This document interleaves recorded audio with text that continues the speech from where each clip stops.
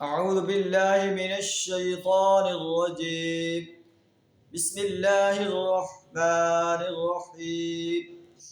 كذبت ثمود بطغواها إذ انبعث أشقاها فقال لهم رسول الله ناقة الله وسقياها فكذبوه فعقروها فدمدم عليهم ربهم بذنبهم فسواها ولا يخاف عقباها. صدق اللہ العظیم۔ سورہ الشمس کی آیت نمبر 11 تا 15 آپ کے سامنے تلاوت کی۔ ان آیات کے اندر اللہ تعالیٰ قوم سمود کی سرکشی کو بیان فرما رہا ہے۔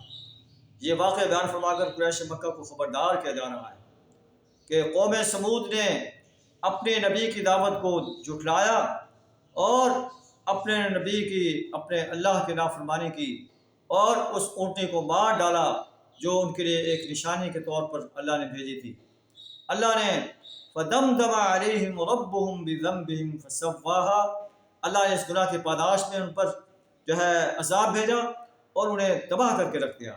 اے قریش مکہ، تم بھی اگر نبی صلی اللہ علیہ وسلم کی دعوت کو جھٹلاتے رہو گے، بغاوت کرو گے، سرکشی اختیار کرو گے، تو تمہیں بھی اسی عذاب کا سامنا کرنا پڑ سکتا ہے جو سمود کو جس نے اپنی لپیٹ میں لیا۔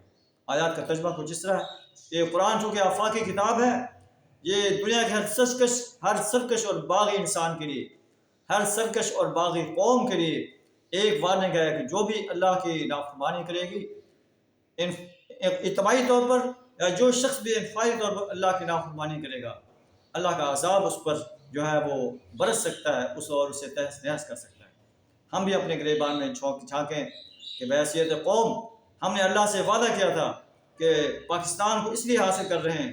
پاکستان کا مطلب کیا؟ لا الہ الا اللہ محمد الرسول اللہ، کہ ہم اس میں اللہ اور اس کے رسول صلی اللہ علیہ وسلم کے دیے ہوئے نظام اسلام کو قائم کریں گے۔ لیکن آج 75 سال ہو گئے ہیں اور ہم اللہ سے کیے ہوئے اس وعدے کو پورا نہیں کر سکے، اس لیے اللہ نے ہم پر ذلت مسلط کر دی ہے اور ہم بھیک مانگ رہے ہیں، دوسرے ملکوں سے بھیک مانگ رہے ہیں۔ پوری مسلم امہ ذلت کا شکار ہے، کہیں بھی اللہ کے قانون کا نفاذ نہیں ہے۔ پوری امت پر اللہ نے اجتماعی طور پر ذلت مسلط کر دی ہے۔ عربوں میں ہونے کے باوجود ان کی کوئی حیثیت نہیں، اور کافر جب چاہتے ہیں گاجر مولی کی طرح انہیں کاٹ کر رکھ دیتے ہیں۔ آیات کا ترجمہ کچھ اس طرح ہے۔ کذبت ثمود بطغواها، قوم سمود نے اپنی سرکشی کی بنا پر اپنے رسول کو جھٹلایا جب ان کا سب سے شقی آدمی بپھر کر اٹھا، اور اللہ کے رسول حضرت صالح علیہ السلام نے کہا ناقۃ اللہ وسقیاها، یہ اللہ کی اونٹنی ہے، اس کے قریب نہ آنا، اس کے پانی پینے میں مزاحمت نہ کرنا۔ فکذبوہ فعقروها، انہوں نے نبی کی دعوت کو جھٹلا دیا اور اس اونٹی کو مار ڈالا۔ فدمدم علیہم ربہم بذنبہم فسواها، آخر کار ان کے اس گناہ کی پاداش میں ان کے رب نے ان پر ایسی آفت توڑی کہ ایک ساتھ سب کو پیوند خاک کر دیا، فسواها، خاک میں ملا دیا۔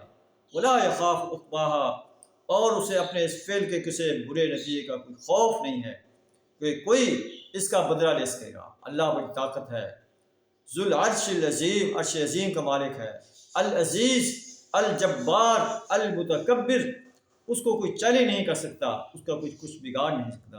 آئیے اللہ سے دعا ہے کہ اللہ تعالیٰ ہمیں اپنا فرمانبردار، اپنا اطاعت گزار بندہ بننے کی توفیق عطا فرمائے، اپنی پرستش، اپنی بندگی اور غلامی اختیار کرنے کی توفیق عطا فرمائے، اپنی حاکمیت کو قائم کرنے کے لیے، نظام باطلہ کو مٹانے کے لیے میدان عمل میں آنے کی جرت عطا فرمائے، اس کے لیے اپنا مال، جان، وقت اور صلاحیت کھپا دینے کی جرت عطا فرمائے۔ وآخر دعوانا ان الحمد للہ رب العالمین۔